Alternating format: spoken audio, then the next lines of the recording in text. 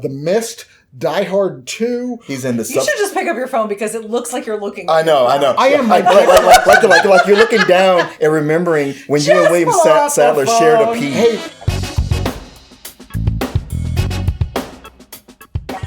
Welcome back to Crossover Event. We're here again. I'm Chris from oneofus.net. And I'm Martin Thomas, who you'll see on Double Toasted. Then I'm Danny from Screen Fanatic, and we never actually left. We've been here the whole time. Wait. We're doing a separate episode, and we wore the same clothes again the next week? We did. That is so weird. I actually only have one outfit. Like a cartoon character. Yeah, so.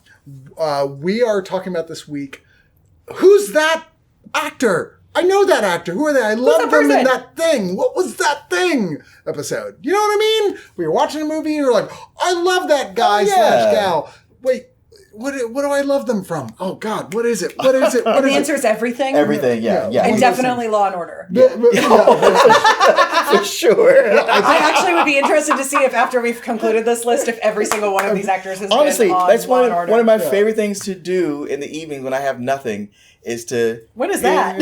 Well, I know. I've had to make time where I might have a gummy or so and sit with my wife and watch reruns of Law and Order. And it's just fun to watch old episodes and see prominent actors who are like, oh, yeah, this thing. I'm that way with the X-Files. I rewatch it and I'm always like, look who it is! Oh my God! Yeah. So they were a baby back then. Community is another one. There's just so many shows that you can just many actors get their start on television. A lot of actors, always their strongest point is television, and some of the people we'll talk about today may be that person where you're like, they had movie appearances, but come on, let's face it, their best stuff was in television. Others, maybe not as much, but I don't know. I don't know who you guys are going to pick. Martin, I'm curious to know who your first pick is of who's that guy / gal? I'm going to pick somebody that if you didn't have them picked, you're going to wish you had. Okay. It is Pat Healy. Oh, I know him. You know? Yeah, we met him at Fantastic Fest. I'm Googling. Look him up and you go like, oh, that guy. Pat Healy, who was not really on my radar until the movie... that guy. Yeah, exactly. The moment you see his face, you're like, It was Cheap Thrills was the first movie that he popped up on my radar. Masterpiece, yeah. I just even rewatched it with my daughter. And this is a great movie about a guy who's down on his luck, very down on his luck, in a desperate spot, and goes with an old friend to a bar where they meet a couple, a hard-partying couple, who get them to take bets. Who make bets on them just doing the most outrageous things. Yeah. And it escalates. Yeah, for money. Here's a shit ton of money if you'll do that. It starts with, I dare you to slap that stripper on the ass. And, oh, good, you did it. Here's $500. And it just keeps going and going till to a dangerous, dangerous point. I mean, that movie is packed with these actors, like Ethan Embry. Yes. Oh, I love Ethan Embry so much. Oh, David Koechner, who's practically one of my picks. But that was the first thing I really noticed him in, and then it became like, wait, I haven't seen this guy for a while. And yeah, he pops up in Captain America: The Winter Soldier, and most recently, he was in the last few episodes of Better Call Saul in a very prominent role. I didn't realize. Oh yeah. Like the last 3 or 4 episodes. Matter of fact, his mom is played by Carol Burnett in those episodes. Oh, okay, so I'm the guy who is like 2 seasons behind still. On you got to do it. You got to do it. I'm glad you're not like everybody else I know texting me every day. Have you watched it yet? I haven't seen any of the Breaking Bad. Nothing in the universe. I come from a small town where there was an hour of the party where you were like, oh, I gotta leave because it's starting to feel really sweaty in here. Start texting her instead. No, don't text me. Do not text me. I do not want to get in my shower at the end of binge watching TV and scrub myself with a Brillo. So Danny's phone number is 512. Okay. I tell you, you watched that very first episode of Breaking Bad. I've seen it. And I just got super uncomfortable, and I was just like, well, that was the point. I know. I can't. But a personal uncomfortable where I'm like, I can't. Maybe I'll revisit it now that I... But Pat Healy's put some time. He's best known for his horror movie work, probably. He did a lot of horror movie work over the years. In fact, just recently he had another one. I'm blanking on the name of it. Yeah. But he's one of those character actors who seeps into mainstream television. Mm-hmm. He seeps into other things. But you're right. Cheap Thrills is the one. Yeah. If you don't know Cheap Thrills. Yeah, and I watched it recently on Tubi. So you didn't have to pay. Yeah. I saw it at a film festival. I forget which one it was. And I remember at the end, it just puts over the whole screen the like title, Cheap Thrills, like it's over. The whole audience stood up and started screaming and applauding because it was just one of those, oh my God, that was amazing. Yeah. It was the best of the festival for me. Danny? I'm checking to see. It looks like your first one has not been on Law and Order. No kidding. Pat Healy has not been on Law and Order. It doesn't look like Pat Healy has been on Law and Order. He must not live in New York. Yeah. If you're an actor in New York, you're going to be on Law and Order. Isn't there a LA Law and Order? Not the same. Not the same. No, because that would be La Order. Yeah, La Order. La Order. Okay. Okay, so for me, a big one that really ties to my childhood and my heart is Hector Elizondo. Oh, God bless him. Great. Who I watched ER from a very young age, like one of those unattended child, like, it has a lot of action and I don't really understand what's happening. So of course there's like his role in that. But his role as the owl in his voice acting has what's really stood out to me. That's over the thing years. about it. A lot of the big character actors are best known for their voice acting Absolutely. over their Which face owl? He is, it's an Avatar The Last Airbender. He guards the library. Oh. Wang Shitong, yes. Okay. Yeah, yes, yeah. And he's like got the foxes and he's just very like, he just like, the way that he delivers some of those lines is so good. Apparently, I have been fed some incorrect information about little men in boxes. It's just so good. But yeah. He's one of those character actors that I've noticed since the late 70s. Mm-hmm. And he's always been in that box of, I mean, he's very clearly Hispanic, but he's always been racially ambiguous. So he's able to play Italian, Jewish, and Puerto Rican quite often. Yeah, he's been in so many things. I believe also had a Broadway career, if I'm not mistaken. I wouldn't be surprised. That sounds about right. But yeah, amazing actor, no question. Every time he's in something, it kind of ups the status of the thing. Like, Hector Elizondo's in this has got to be a thing. But not a household name. Never been a household name. I think that's the way to go, personally. I think, even not a household name, but he became universally recognizable from his role in Pretty Woman. That was the thing that everybody was... Oh my God. No wonder I went with him. Of course, it's like my subconscious, like, That's like 2 videos in a row that I've insisted on singing for. That's you just, keep singing. I'm good. I'm fine with it. Yeah, somebody said to me the other day, it was like, I don't understand why anyone likes musicals. It's so unrealistic. People breaking out into song just randomly and dancing. I'm like, you're hanging out with the wrong I was going to say, that's a red flag for someone you should not be friends with. Like, because I live that life. I don't know what to tell you. I'm usually the guy sitting back going, who's not singing and dancing? But going like, yes. I'm the Dr. Doolittle guy going, yes. Anyway, I'm going to go with James Wong. Oh, great answer. Asian actor who just recently had a great return to the screen in Everything Everywhere All at Once, playing the elderly father there. Very, very funny in it. But I remember him best from 2 of my favorite movies of all time.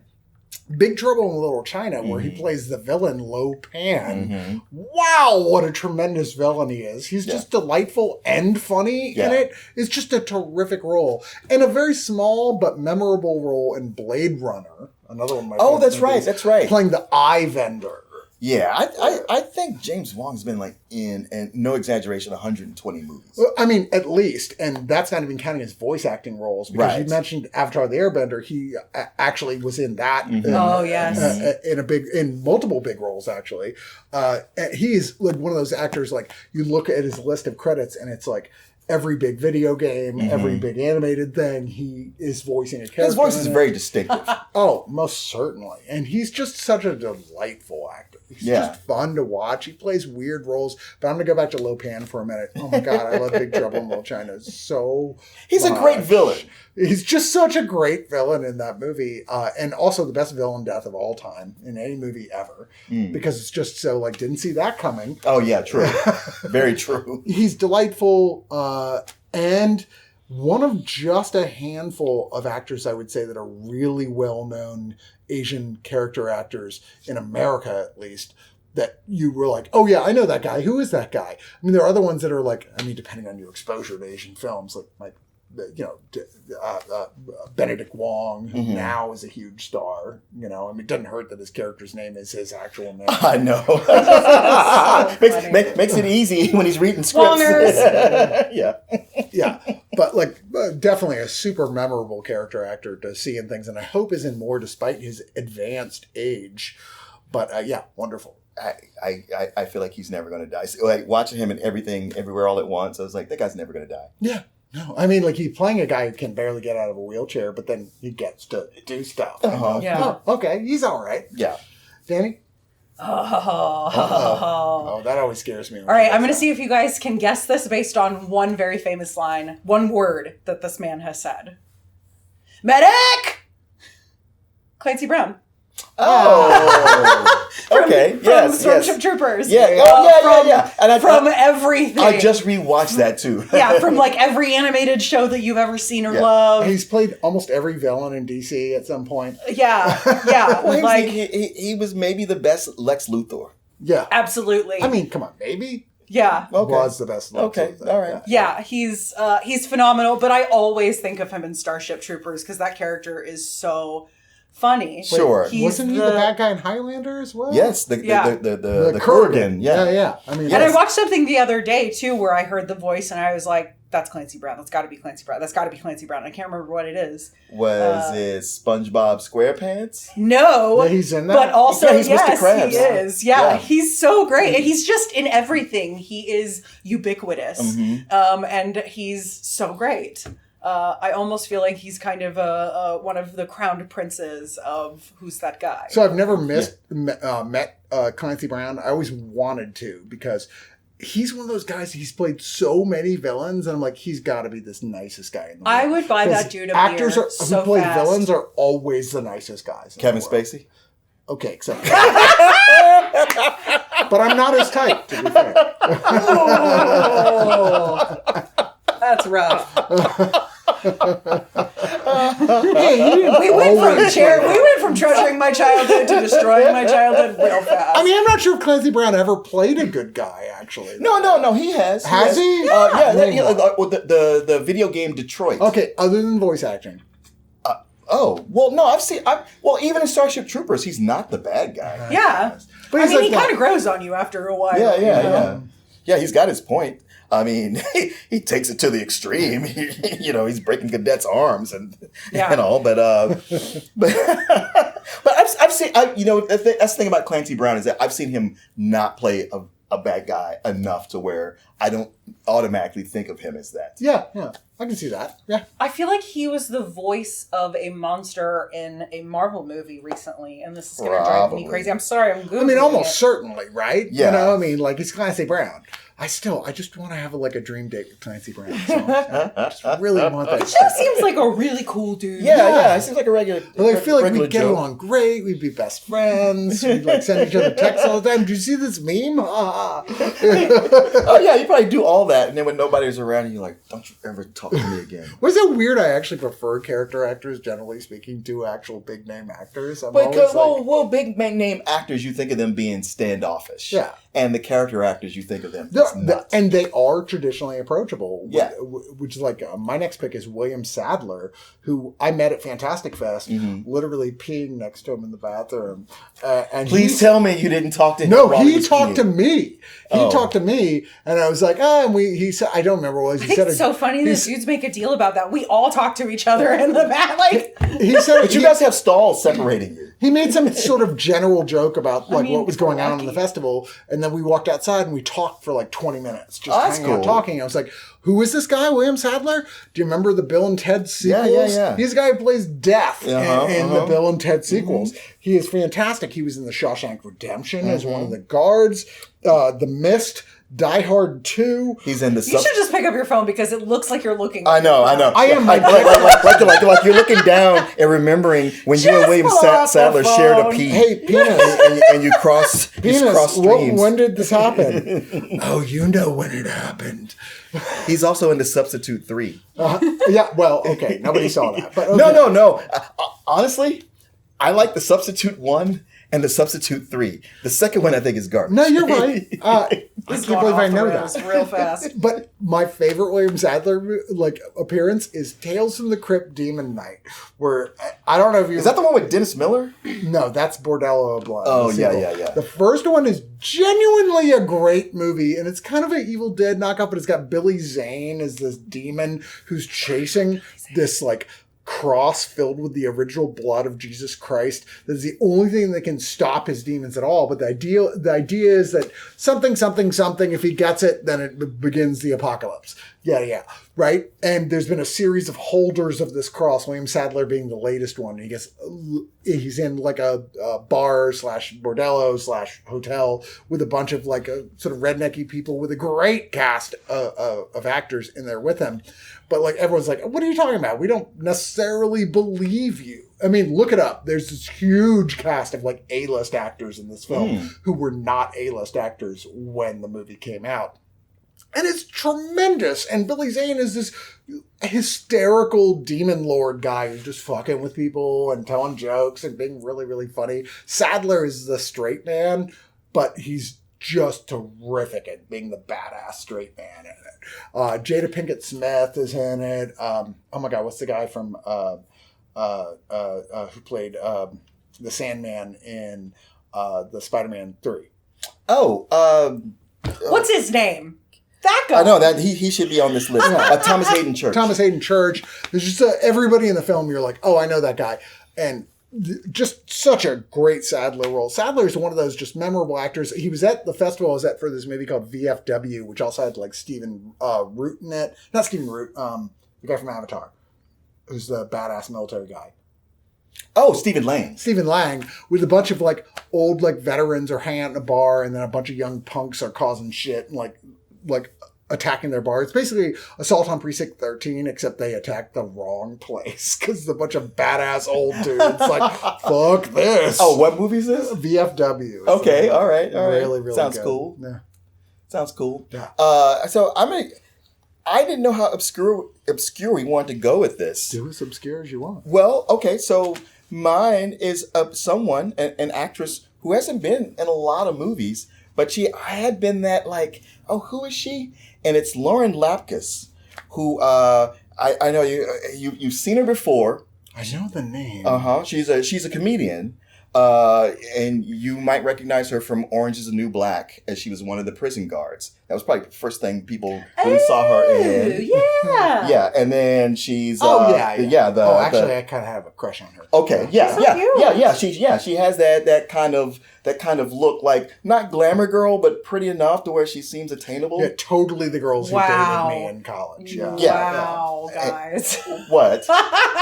Just continue. I can't. No, you know what he's saying. Like the girl is like you're so beautiful, but you're not playing it up like you're as beautiful as you are, and so therefore you're attainable. You don't have an Instagram account? I don't know what I said that was wrong. I can't. Okay, go on. But she's that, and she's the fiance for Pete Holmes and Crashing, and that was mostly what I saw her in. And then there's this movie called The Wrong Missy, and this is a movie that people don't like. I've never even heard of it. It's an Adam Sandler production. Oh, well, that's why. It's part of Adam Sandler's Netflix deal. He's not in it. It stars Small Blessings. True. Why am I? Oh God! It stars David Spade. Sorry, this episode, because of the nature, we have a lot of like. I know. Yeah. Sorry. It stars David Spade, where he is on a company retreat, and he hooks up with some woman who's way out of his league, and he thinks he's invited her to go along with it, and it ends up being Lauren Lapkus as Missy. She's the other Missy or Melissa, and she's completely insane, and she's wild, but something about it's still comes across as a dream girl for me. Well, it's one of these where you're like, I know this is technically not a good movie, and I get people not liking it, but man, does she carry that thing? I sat there watching it, going, I gotta face down my critics' friends because I'm enjoying this, and mostly because of her. It's all on her shoulders, and she is so far beyond what you think she can do just from the roles you've seen her in. Yeah. I've liked her a lot in everything I've ever seen her in. She's amazing in this. Yeah. I still don't know if I'm going to watch it because it's Adam Sandler production. But it's so like it's his production, his money, but he doesn't show up. But are you saying it's genuinely a good movie? Don't put words in my mouth. There we go. But it's worth watching for her. For her, and it's pretty much it's at least 75% her. Okay. I mean, even though David Spade is the star, it's really her. I heard a joke the other day. Said I let out a fart so foul they cast David Spade as supporting actor. Leave David Spade alone. No, never. No, I liked David Spade fine. I do not. I'm sorry. I could have substituted Rob Schneider. No. They are not on the same level. No, I mean David Spade is much better than Rob Schneider, but I don't know. Anyway, Danny. Okay. Oh God, yeah. Yes. So my original answer was going to be like sort of the king of Who's That Guy, who I think now we all know his name, but for a long time we didn't. Who is J.K. Simmons? Of course. Okay, yeah. No, he's been nominated for multiple Oscars. He's like at this point, I feel like it was, but for the long period of time, they're again talking about that Law and Order hierarchy. He's like the king. Of, you were like, "What's your tempo?" It's yeah.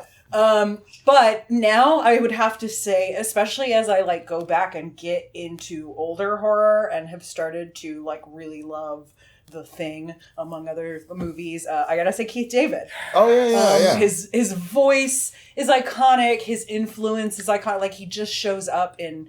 He just has these random roles all throughout time that are really impactful and meaningful, and you're like, that guy. You immediately go, this got better because Keith David is in it. Yeah. Yes. Well, he has escaped the point where people went, wait, David Keith or Keith David? Oh, no, because David Keith stopped making movies. He's another character actor doing a lot of stuff, but not as good as Keith David. No, and he's a white guy, so yeah. You can tell the difference. I always wanted them to make a movie together, like a remake of The Defiant Ones. David Keith and Keith David are the Defiant Ones. But he's just like, his voice is in everything. I honestly like, I want him to like read children's book. Like I would listen to a podcast of just him reading stories. Yeah. With that sweet, sweet voice. It's such a beautiful voice. Oh yeah. Yeah. And he's been also a big voice actor in a number of superhero stuff, amongst other things. Well, everybody remembered him from Gargoyles. Yeah, exactly. Yes. Played one of the major characters. Mm-hmm. No, the main character. He was the Batman of Gargoyles. Mm-hmm. Yeah. But for me, he's always going to be John Carpenter actor. Same but here. For The Thing, and They Live. And They Live with the most ridiculous fight ever on screen.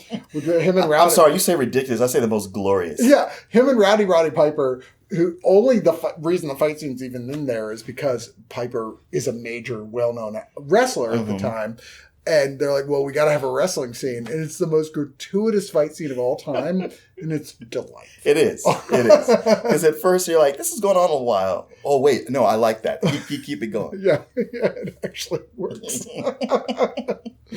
Oh my God, there's so many people to pick from. I know. How do you even choose everyone? I'm going to look at my crotch again here for a second. Man, you brought him up. It's funny because with some of these, I don't know who is prominently known amongst people. Yeah. Because Stephen Root, I think. Stephen Root is in everything. And that is the guy. I mean, not the guy, but where's my stapler? He's definitely one of the guys who elevates everything he's in.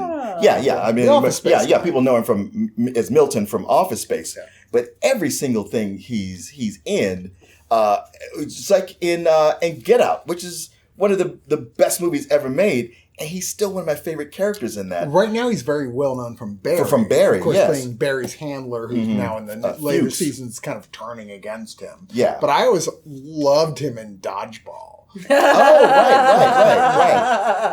That was a movie everyone told me, oh, you're going to hate it. So I didn't see it in the theater. It's like, oh, it's not your type of movie, Chris. And that was back when Alan Tudyk was a Who's That Guy? Oh, also. that's true. Exactly. Yeah. No longer Who's That Guy. But are you sure? Because I keep wondering. It's like, is he? He might still. I feel like I don't think he's a household name. I feel like he's slipping back towards who's that guy, but for a while there, it felt like he was going A-list. I mean, it seemed like he was on the cusp, but he's in a lot of geeky projects. He's in one of your favorite shows. Harley Quinn? No. Oh, yeah. Yes. Yeah. Also, yes. Also, yes, but Resident Alien, yeah.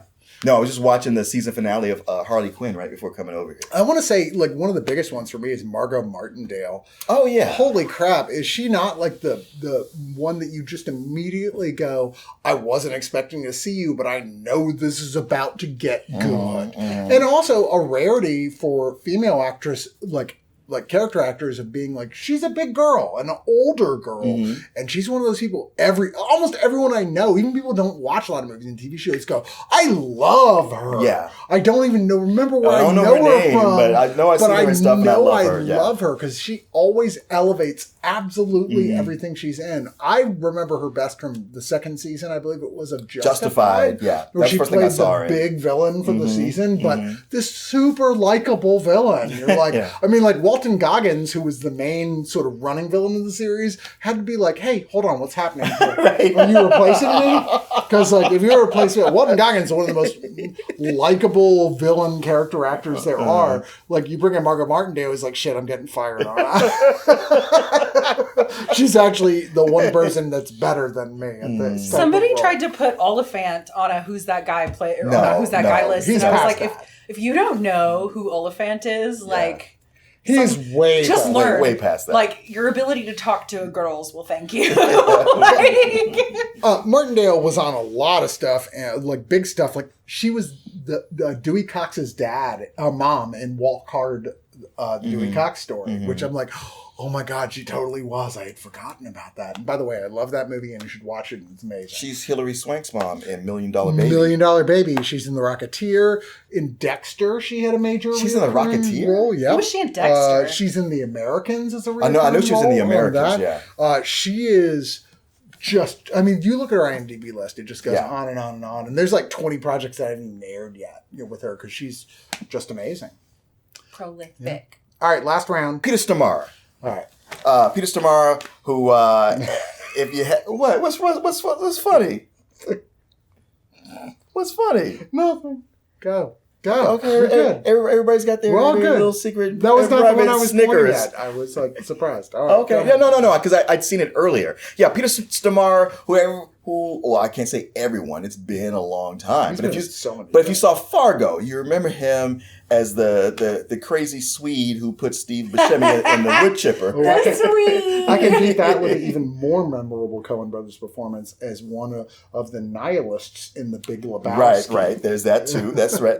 But he tends to come and go. Like you'll see him for a while, and then he kind of fades to the back, and he comes back again. Yeah. And he's often playing. He's always often playing villains, especially lately. He's been on the offbeat villains. Yeah. The Blacklist. That's right. He is on the Blacklist. What was that? What was that? That terrible Michael Bay pandemic movie. Oh, I'm sorry. Which one? Songbird. Songbird. What? I never even heard of that.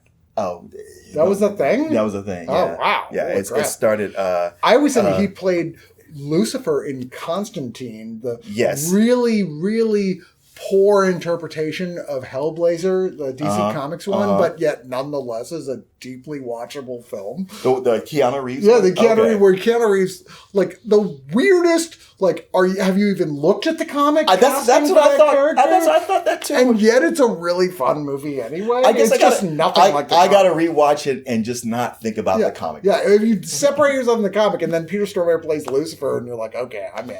We're good. Well, he's also in American Gods. I think he's Herzog in that. And then most recently in the Jamie Foxx vampire movie. Day Shift. Day Shift, which people are saying is fun. I have not watched it.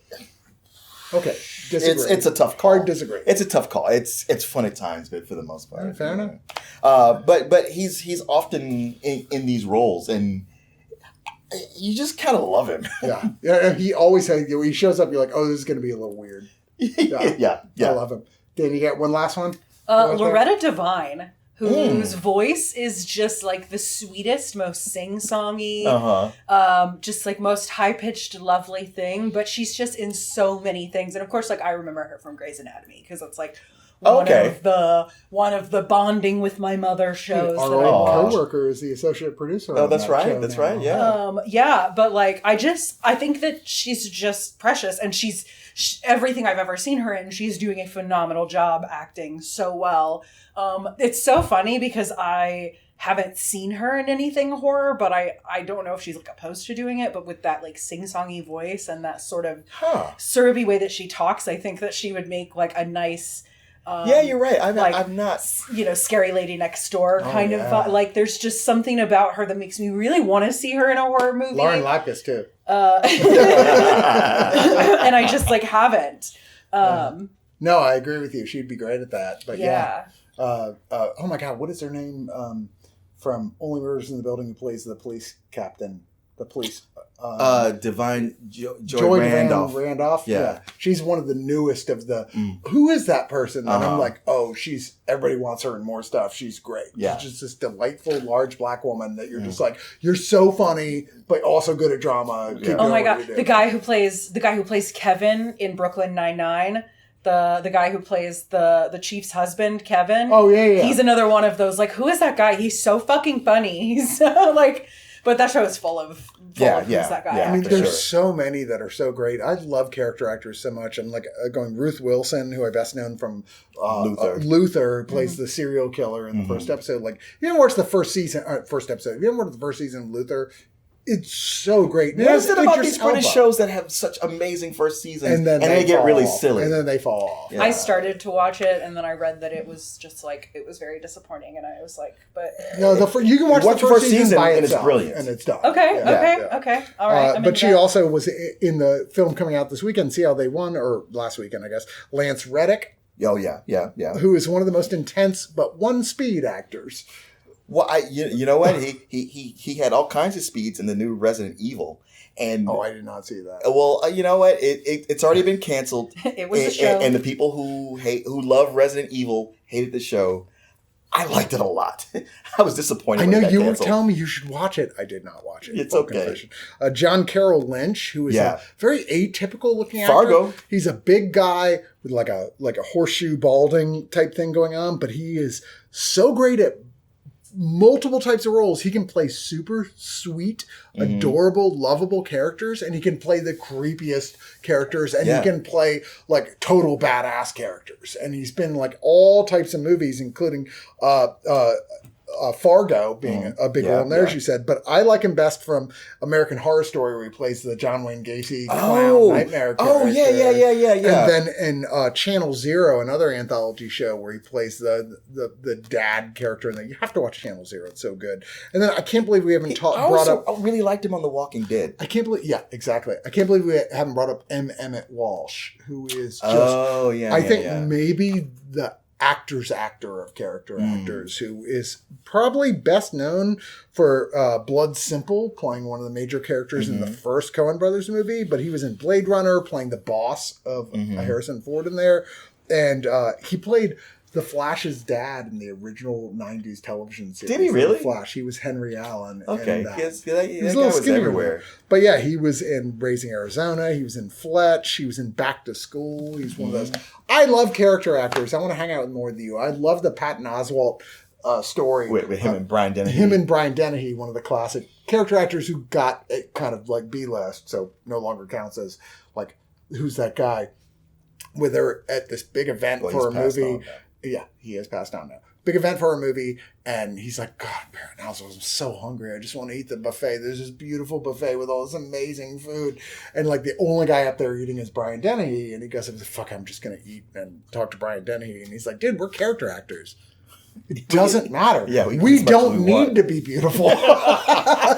Just eat up. We have the best job in the world. Yeah, supposedly Samuel Jackson did the same thing with the Tarzan movie, the Alexander Skarsgård one, where he was just eating at the craft table and looking at him like, yeah, you can't have any of this. You got to stay cut. Sorry. I can see him having fun with it. Oh, I'm sorry, motherfucker. Did you want some cheese? Anyway, that's it for this episode. Thank you for watching. Thanks. I'm Chris from oneofus.net. I'm Martin. You'll see me at Double Toasted. I'm Danny, and now I want a table full of cheese. I never stop. Yeah. Yeah.